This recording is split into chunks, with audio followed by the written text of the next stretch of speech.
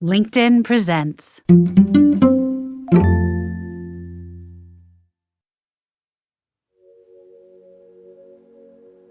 I'm Rufus Griscom, and this is The Next Big Idea. A few weeks ago, our curator Susan Cain did something really special for members of the Next Big Idea Club. She produced an audio e-course where she shared the key learnings from her new book, the New York Times #1 bestseller, Bittersweet: How Sorrow and Longing Make Us Whole. This book and my conversation with Susan on this podcast have been among the most moving for me in the last year. Bittersweet persuaded me that we can live richer lives if we embrace the full breadth of the human experience, including the sorrow and the hurt and the pain, and maybe even the petty annoyances. They're all keys on a piano, and the music is more beautiful if we appreciate the full range. As she puts it, I love this, whatever pain you can't get rid of, make it your creative offering. Bittersweet is a soaring, expansive book. This course is a little different. It's a practical guide to harnessing the power of the bittersweet mindset in your everyday life. As I said, until now, this has only been available to members of the Next Big Idea Club, but it's so wonderful, so wise and warm, and so thought-provoking and useful that we decided we wanted to share it with as many people as possible. So today, we're offering the entire course for free as an episode of this podcast. We hope you enjoy it, and if you like this kind of content, we invite you to join our community by downloading the Next Big Idea app. There you'll find additional e-courses from brilliant writers and thinkers like Daniel Pink, Shankar Vedantam, Lisa Feldman Barrett, and Surgeon General Vivek Murthy, to name a few. Anyway, I'm so delighted that Susan is one of our curators here at the club. I'm so honored to be able to call her my friend, and I'm so pleased to be able to share her wonderful course with you.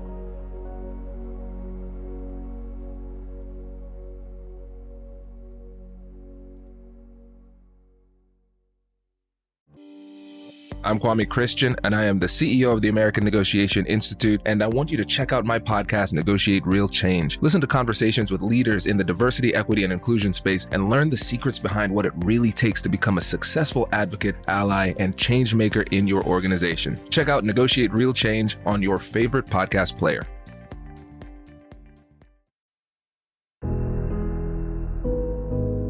Hi, everyone. My name is Susan Cain. I'm one of the curators at the Next Big Idea Club and the New York Times bestselling author of Quiet, a book about the surprising power of introversion. Today, I'm here to teach you about another underrated quality, the role of the bittersweet, even the melancholic, as explored in my new book, Bittersweet: How Sorrow and Longing Make Us Whole. This course is about that complex feeling, the bittersweet, which recognizes that light and dark, birth and death are forever paired. I want to shine a light on this underrated archetype and show how the power of bittersweetness can add value to our lives. You'll learn ways in which the bittersweet fuels creativity, connection, productivity, and even happiness. You'll come to understand the ways in which bittersweetness can be a tool for healing yourself, as well as others. I'll outline the ways in which a healthy dose of melancholia can actually help you move through and past the depths of mourning. And I'll explain the history behind why bittersweet temperaments have been pushed to the wayside.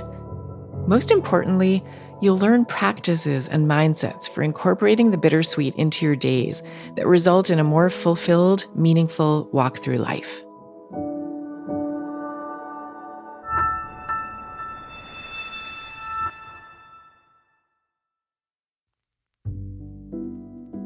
Number 1, longing is the ultimate muse.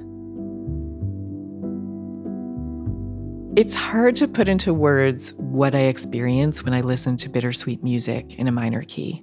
I guess technically it's sadness, but I think what I really feel when I listen is a great outpouring of love.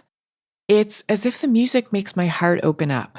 It's a sensation of awe that's magnified by the expansion of my chest muscles.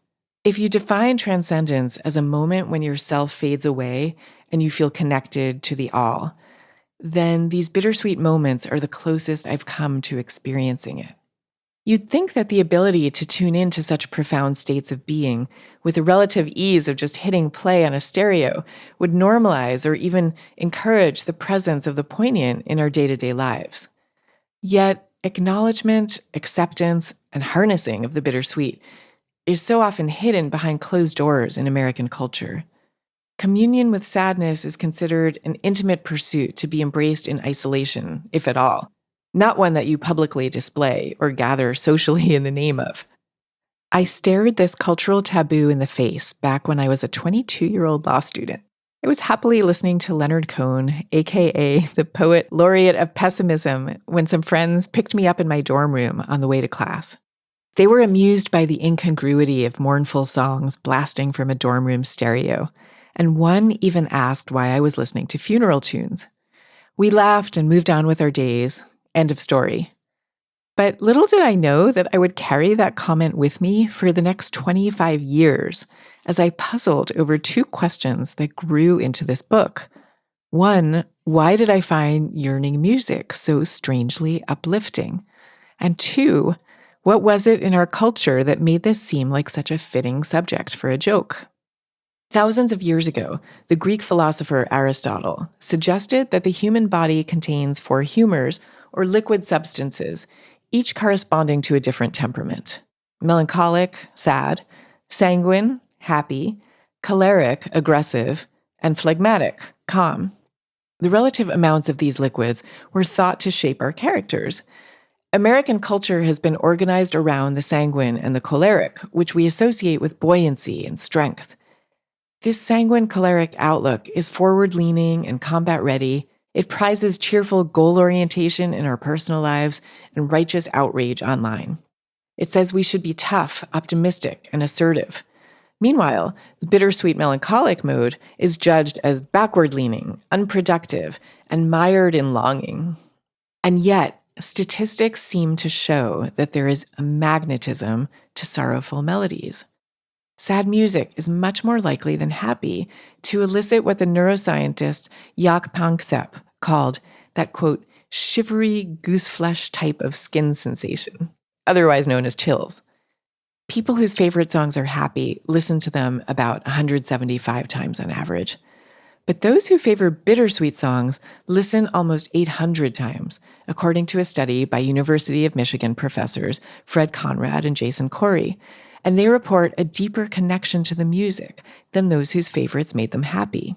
They also tell researchers that they associate sad songs with profound beauty, deep connection, transcendence, nostalgia, and common humanity, the so-called sublime emotions. Longing pulls us toward something, be it the longing that fills us during a soul-shaking song, the longing for home, the longing for God. These all inspire, motivate, excite, awaken the never-ending pursuit of the transcendent, the divine, the sublime emotions which seem to take us both off this planet and closer to it at the same time. It wasn't until I was deep into writing this book that I started to understand, not only intellectually, but also viscerally, what the religious impulse is. The intense transformative reaction I had to minor key music was apprehension of the transcendent, transformation of the consciousness. It wasn't belief in God exactly, or at least not the specific God of the ancient books, but it was the spiritual instinct come alive. Music is an expression of that which we long for. Longing propels our search for the mysterious that. If you'd like to further develop your appreciation of the sublime, I recommend listening to a few bittersweet tunes. You can find my playlist of my favorites at susancain.net/playlist. 2. Transform pain into your creative offering. One of the greatest examples of creativity as a dynamic move from dark to light is the composition and debut of Beethoven's Ode to Joy, the famous choral finale to his Ninth Symphony, performed for the first time on May 7, 1824, at a theater in Vienna. Let's listen to a few bars.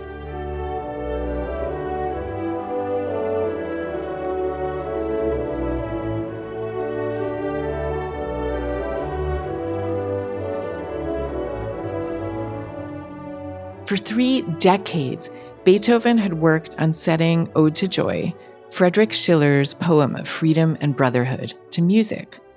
To him, this poem was the ultimate expression of love and unity. He felt he had to do it justice, composing some 200 versions before settling on the one he liked best. But those years had not been kind to him. He was on top of the world in 1795, but by 1801, he had suffered rocky romances, a turbulent guardianship of his nephew, and he lost his hearing. Beethoven was a disheveled mess on opening night. As a deaf conductor, he was there to show the orchestra how to play the music the way he heard it. So he flailed around, gesturing erratically as though he wanted to play all the instruments at once. The performance ended, and Beethoven stood with his back to the audience, still beating time to music that played only in his own head. A young soloist gently turned him around to see the audience with tears streaming down their cheeks, handkerchiefs and hats raised. Ode to Joy was a famously exultant work, but the audience reacted the way it did because in Beethoven's rendition, the music was laced with sorrow, which anyone can hear echoing to this day in its soaring, triumphant notes.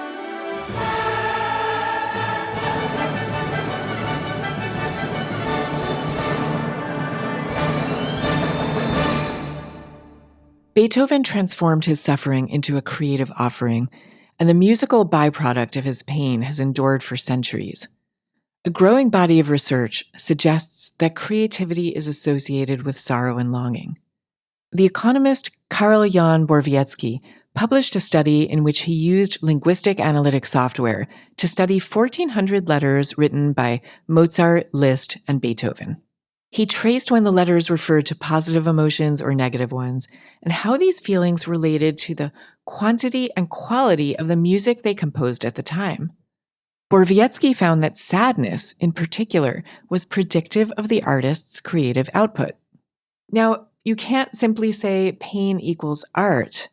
It's more like creativity has the power to turn pain into something useful, something better, something beautiful.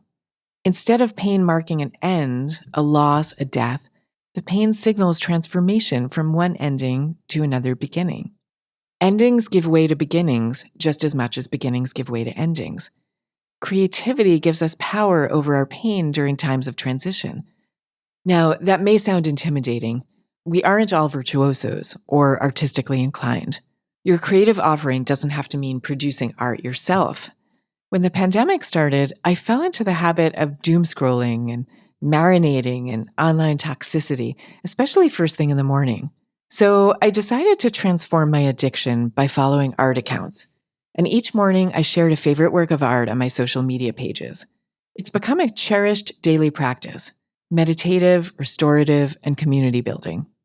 So to amend our principle, whatever pain you can't get rid of, make it your creative offering, or find someone who makes it for you.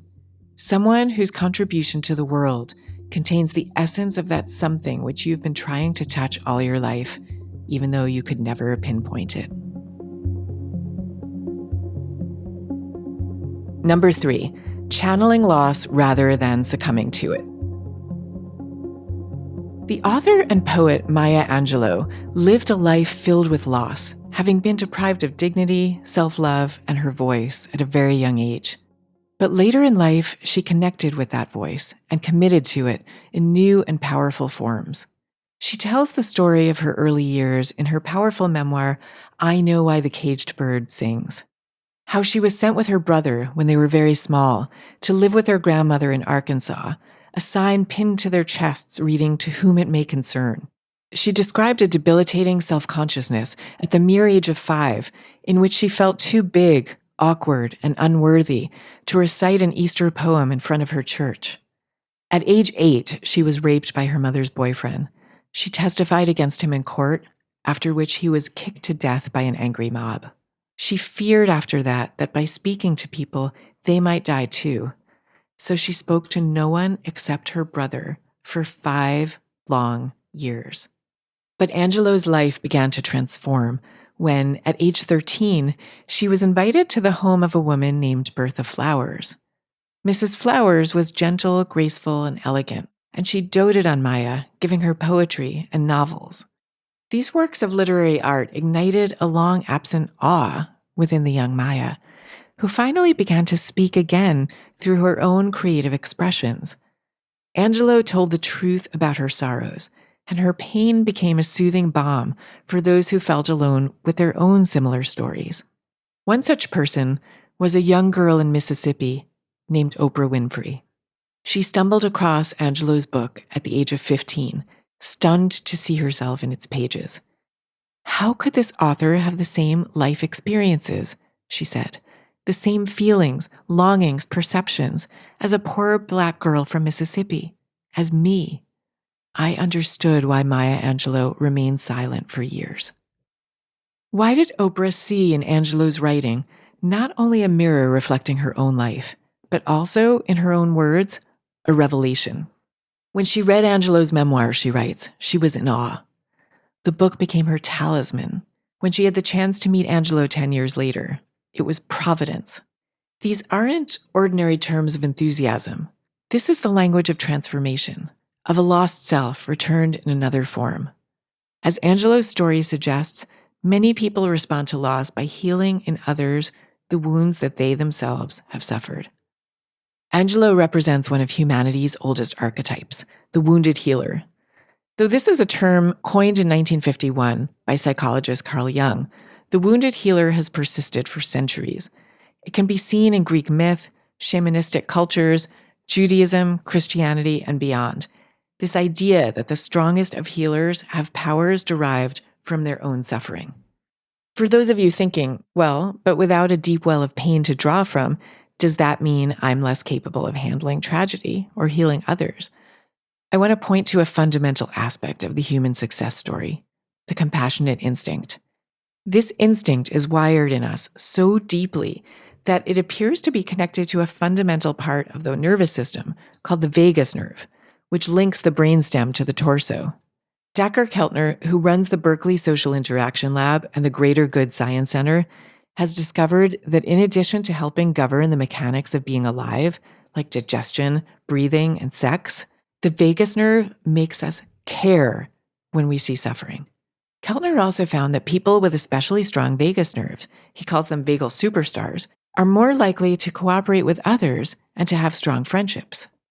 If you do carry the boulder of trauma on your shoulders, you can embrace the following critical tactics designed by Dr. Stephen Hayes, founder of the therapeutic technique called acceptance and commitment therapy. Connect with what matters and take committed action. This will move us from bitter to sweet, from loss to love. Ask yourself, what are you separated from? What or whom have you lost? And where is your particular pain of separation pointing you? Another strategy is to heed Keltner's advice and strengthen your compassion by striving towards humility. Researchers find that attitudes of superiority prevent us from reacting to other people's sadness. Here's a small thing you can do in your everyday life. Keltner suggests that gestures of submission, such as bowing down, can actually activate the vagus nerve. If you've ever done a bow of reverence at the end of a yoga class or during Sunday Mass, then you have firsthand experience with this. Also, be sure to practice self-compassion. Only by being gentle with yourself can you learn to be gentle toward others. Number 4, rethink what it means to be a so-called loser. When I was a college student, it seemed to me as if all my classmates led charmed lives. They walked around with a nonchalance and grace that felt as if they came from a completely different planet. They carried themselves like people who had arrived where they were supposed to be. It seemed that they'd been there all along.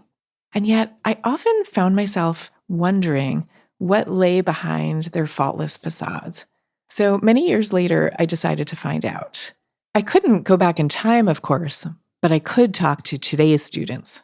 And that is how I found myself one day sitting in a wood-paneled room in one of Princeton's famed eating clubs, surrounded by a small group of current students who one by one put words to everything I'd wondered about during my college years. They spoke of something that they called effortless perfection, which they defined as the pressure to appear like a winner without needing to try. That means getting straight A's without apparently having studied, or being the party guest who can both shotgun a beer and engage in intellectual conversations at the same time. The ability to show that you're unique, but just enough so that you still fit in. You should be fun, but not look too silly. Effortless perfection is also about masking any signs of loss, melancholia, or failure. The term was actually coined at Duke University, and other schools have their own names for the same norm. It's no accident that this phrase, effortless perfection, originated at the nation's elite universities, where young winners attempt to hold their gains.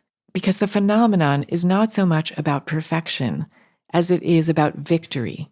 It's about being the kind of person who wins, about being a winner. This societal pressure can be traced back to the origins of the US. The original dominant culture reflected the principles of Calvinism, a religion in which heaven existed, but would welcome only a predestined few. The doctrine of predestination meant that there wasn't much you could do to escape your assignment of either heaven or hell. But what you could do was show, by virtue of your ceaseless labor, that you were destined for the good place. You could show that you were one of the winners. Eventually, Calvinism was eclipsed by the new national religion of business, in which your predestination was for earthly success or failure. As the tycoon replaced the high priest, the word loser began carrying an altered meaning. In the 16th century, it meant one who suffers loss. But by the 19th century, loser came to mean a, quote, hapless person, one who habitually fails to win. Loss became a condition to avoid, and not one that deserved compassion, but rather evoked a kind of contempt. Increasingly, failure, loss, and heartache were attributed to flaws of the soul. Today, the division of society into winners and losers is starker than ever. To bridge the gap, we need to find a way to lift the pressure of effortless perfection. We need to get to the point of seeing our sorrows and longings not as indications of secret unworthiness, but as features of humanity. The psychologist and management thinker Susan David says that the key to achieving this is emotional agility, which she defines as a process of holding difficult emotions and thoughts loosely, facing them courageously and compassionately, and then moving past them to ignite change in your life. If we don't allow ourselves to experience all our emotions, including the difficult ones, then these feelings will undermine us at every turn. So, what can you do? Well, try asking yourself, in which parts of my life am I wearing a mask of effortless perfection? Then consider what it would feel like to drop the guise, to stop being so ashamed of your imperfections. You may just find that sharing your vulnerabilities doesn't drive people away. It draws them toward you. Number 5, overcome the tyranny of positivity in workplace culture. Effortless perfection and artificial cheer are not just hallmarks of higher education. In the workplace, too, employees are expected to be happy, confident, knowledgeable, and mechanically productive day in and day out.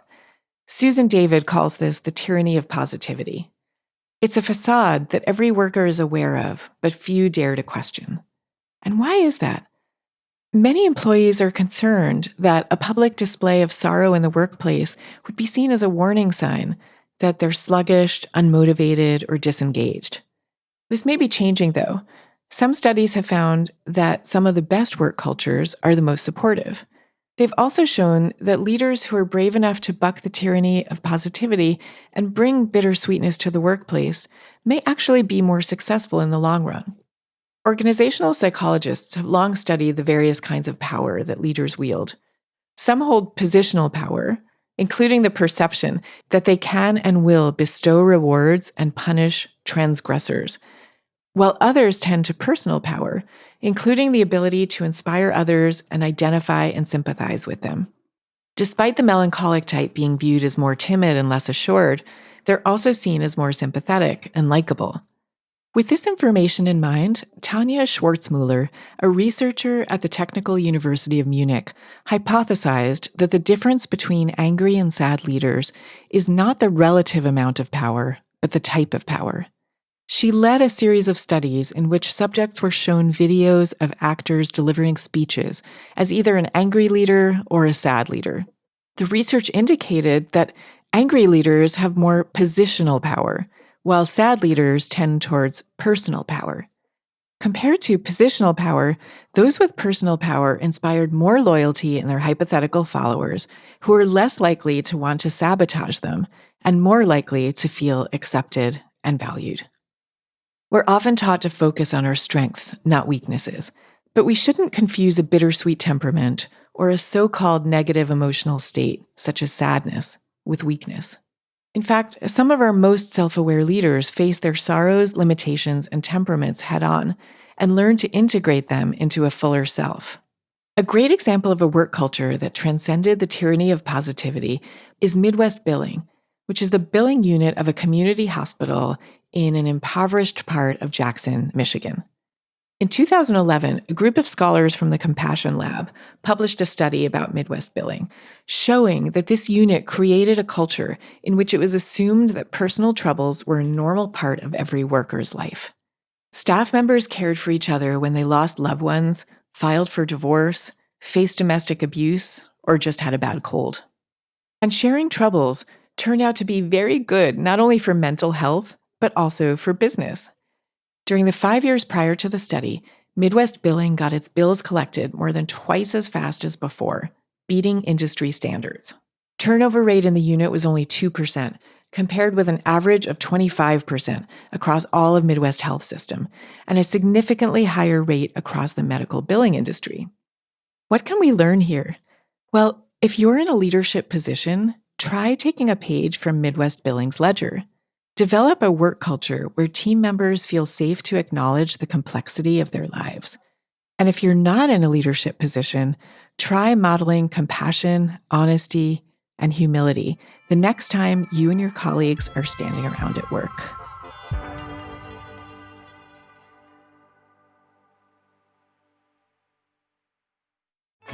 The Anxious Achiever is the podcast about your mental health and your work, where leaders from top companies, entrepreneurs, athletes, celebrities, and leading experts share how they've managed through anxiety, depression, and other mental health challenges, and how they've become better leaders in the process. You'll laugh, you'll cry, you'll feel seen, and you'll learn great tools and skills. And I guarantee you're gonna look at leadership in a new way. Come find out why we won the Mental Health America 2023 Media Award. Get The Anxious Achiever wherever you find your podcasts. Hey folks, Rufus here. If you're a fan of our interviews with physicians, scientists, or entrepreneurs, then I have the perfect podcast recommendation for you, Raising Health. Previously called BioEats World, Raising Health comes from leading venture capital firm Andreessen Horowitz, A16Z.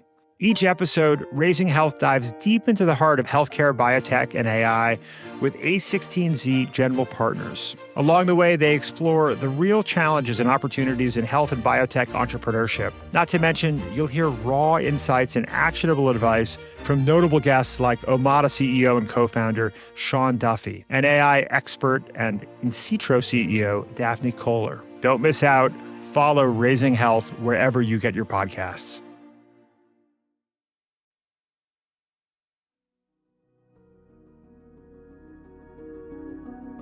Number 6, don't move on, move forward.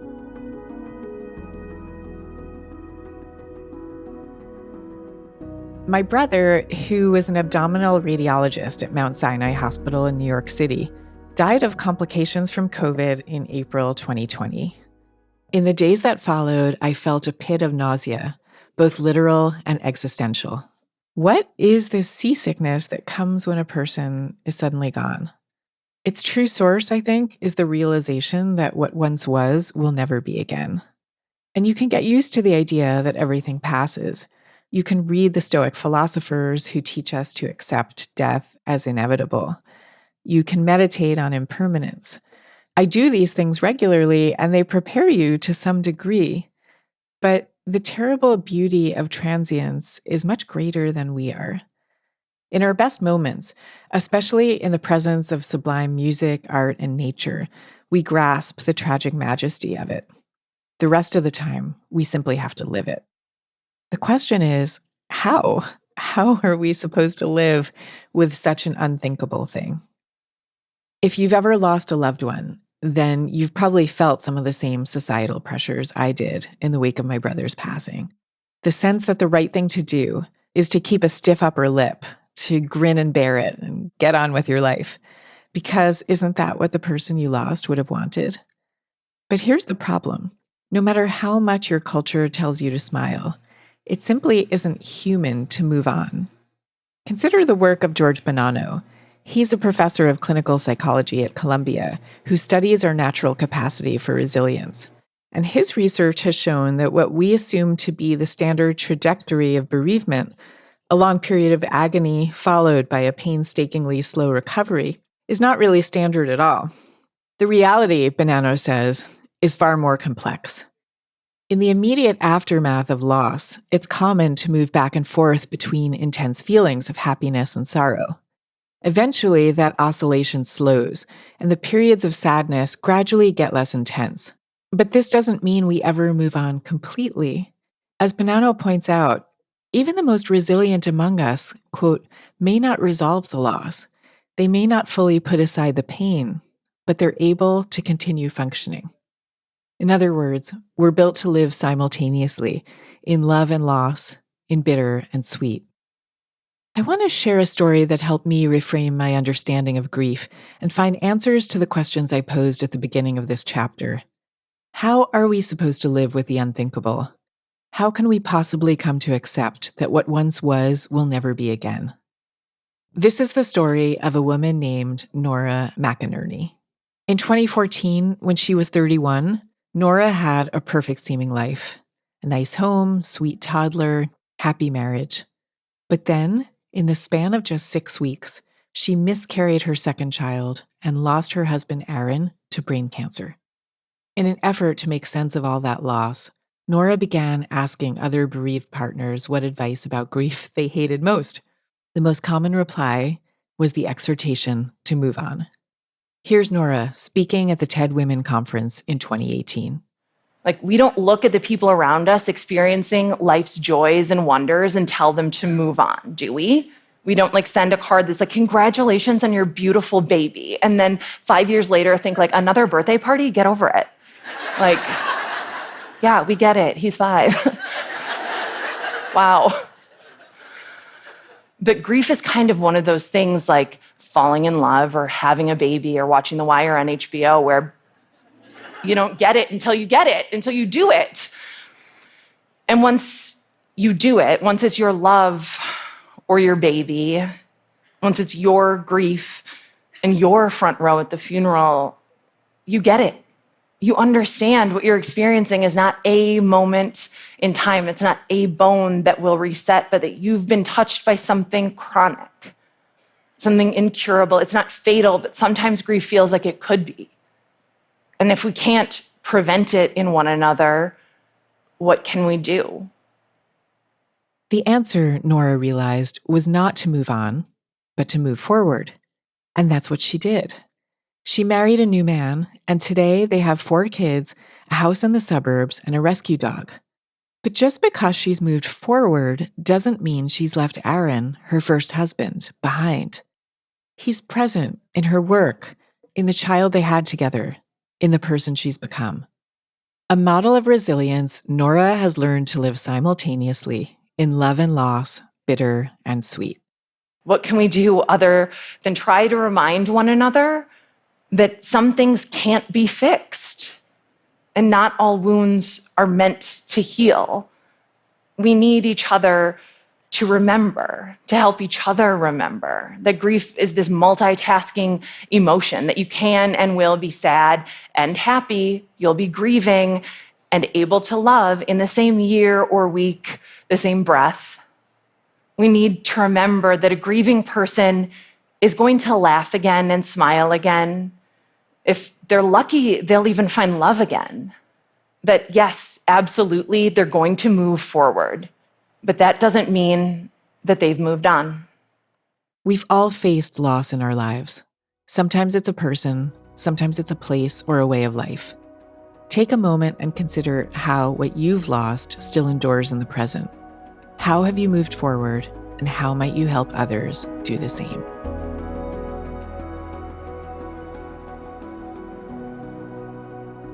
Number 7, the possibility of generational healing. Do we inherit the griefs and traumas of our ancestors?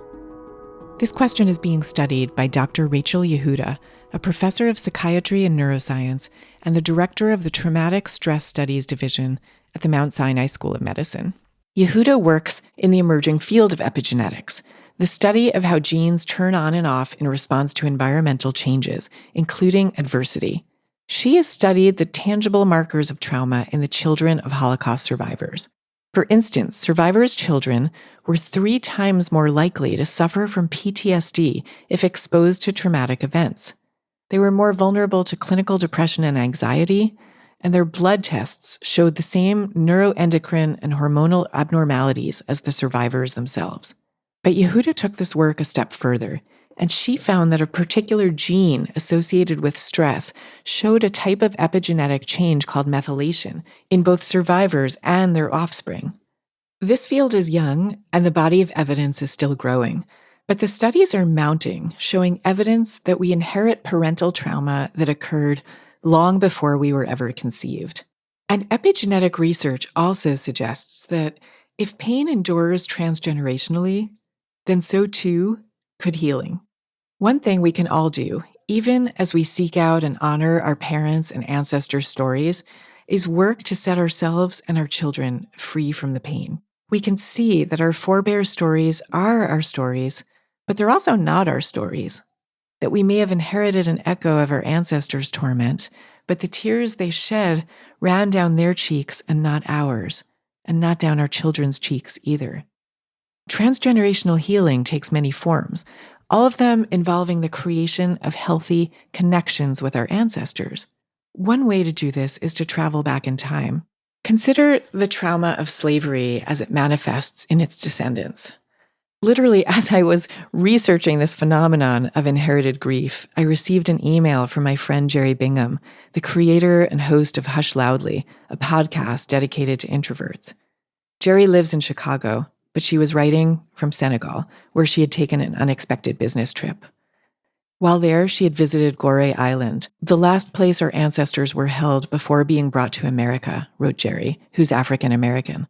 The tour guide talked about how the Portuguese, Dutch, and British took over the island and used it as its last port to cross the Atlantic Ocean. They piled men and women in these rooms, only feeding them once a day to keep them alive. For those souls who died, their bodies were thrown in the ocean. Jerry's email included haunting photos. In one of them, she's standing in front of what was called the Door of No Return. Another showed 2 separate holding areas, one marked for women and another for children. Stomach-churning reminders of all those mothers separated from their children. But Jerry added something surprising in her email. It felt like sacred ground to me, she said. It felt sacred because I was standing on the same ground where maybe millions of slaves, my ancestors, were standing not that very long ago. And I felt their souls. I felt their spirits. When I walked in, I felt fear, anxiety, hurt, heartbreak, anger, terror, and the unknown. Those feelings weren't mine. They were theirs. And then Jerry goes on to say that as she stood there and processed what she believes were her ancestors' feelings, she also processed her own feelings, but this time they were feelings of joy, pride, strength, and empowerment. All I could think about, she wrote, was, look how far my people have come. I hate how their lives turned out, but I bet they're proud at what we've become. I feel even more responsible now to be the best person I can be and to not take anything I've been given for granted. I'm blessed to be born into the life that I have and to be given everything I needed and raised by parents who put me first and gave me the world. I left there thinking about my responsibility to my race and culture. It's mind-blowing to see where we came from, how we were treated, and how we've survived and thrived generations later. I'm grateful and humbled to be the manifestation of my ancestors' tragedy and grief. When was the last time you visited the graves of your relatives, or looked through an old photo album, or took your family heirlooms out of that box in the attic? If you want to better understand the bittersweet outlook, find ways to connect with your forebears. Ask yourself, what is my emotional lineage? What kind of emotional imprint do I want to leave on the generations to come? How can I turn the tides toward healing?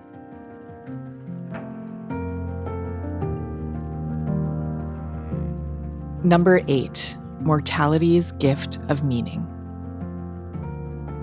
Dr. William Breitbart is the chair of the Department of Psychiatry and Behavioral Sciences at Memorial Sloan Kettering Cancer Center in New York.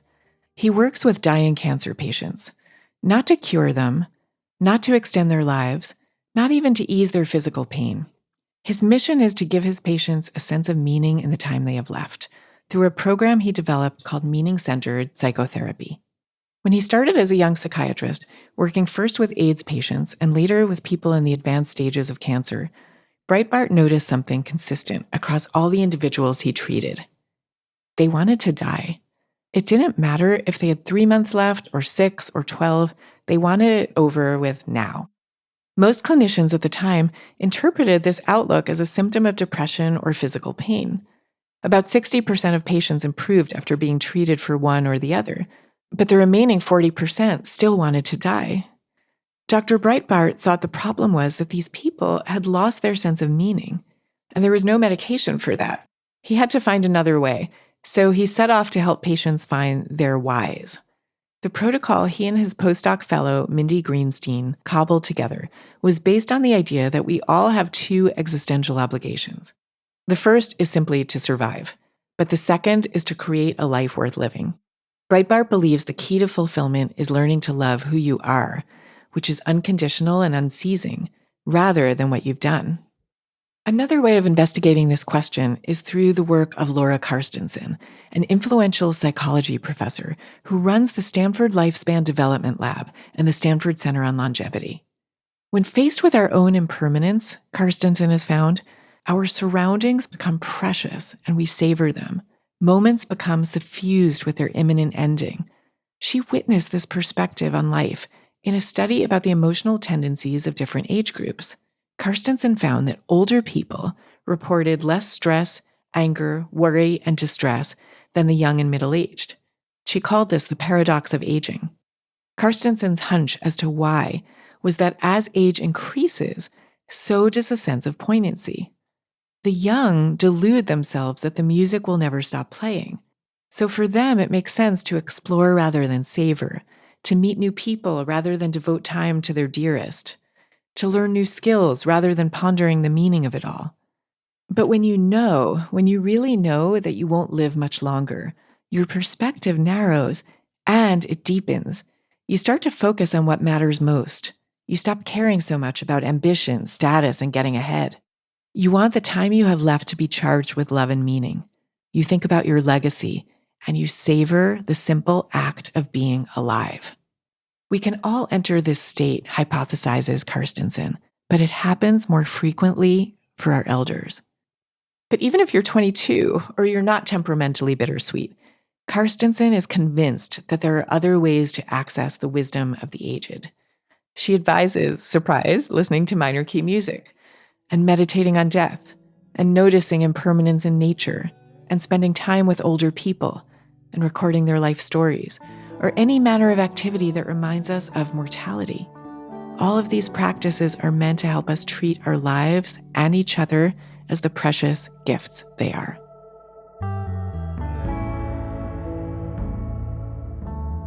Conclusion: follow your longing where it's telling you to go. What are you longing for? You may not have asked yourself this question before. You may not have identified the important symbols in your life story. You may not have examined what they mean. You've likely asked other questions, such as, what are your career goals, or do you want marriage and children? But have you asked yourself these questions in the deepest terms? Have you asked, what is the thing you long for most, your unique imprint, singular mission, wordless calling? Have you asked, where on earth is your closest approximation of home? And if you have a bittersweet temperament, have you realized that you are part of a long and storied tradition that can help you transform your pain into beauty, your longing into belonging? In this quest to fulfill our longings, we need to learn the impossibility of utopias. We should cherish what we have and actively bring the bittersweet tradition to our respective domains, to the corners of the world over which we have some small influence. For all of us, no matter what our domain, there's also the simple exhortation to turn in the direction of beauty.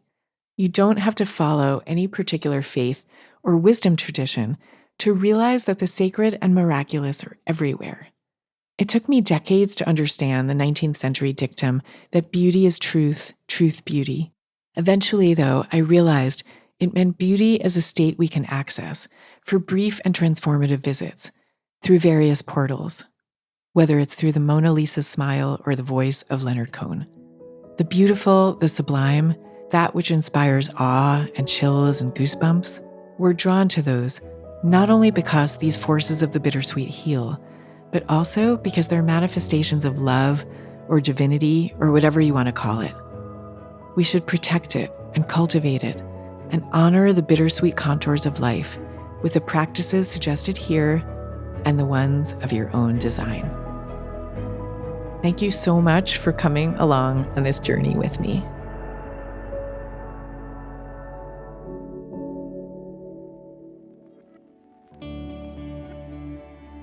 Thank you, Susan. That was Susan Cain's audio e-course for her book, Bittersweet, How Sorrow and Longing Make Us Whole.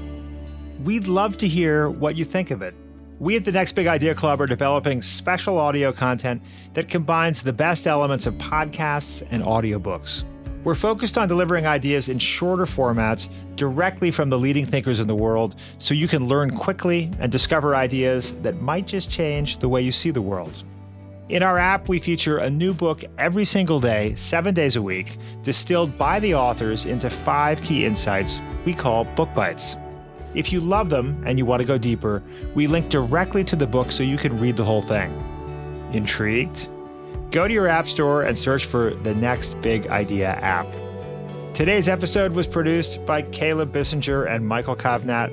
Our associate producer is Anya Szczesniewski. Mixing by Jason Freeman. Next week, journalist Will Storr tells us that life is a game of status, and it's impossible to win. I'm Rufus Griscom. See you then.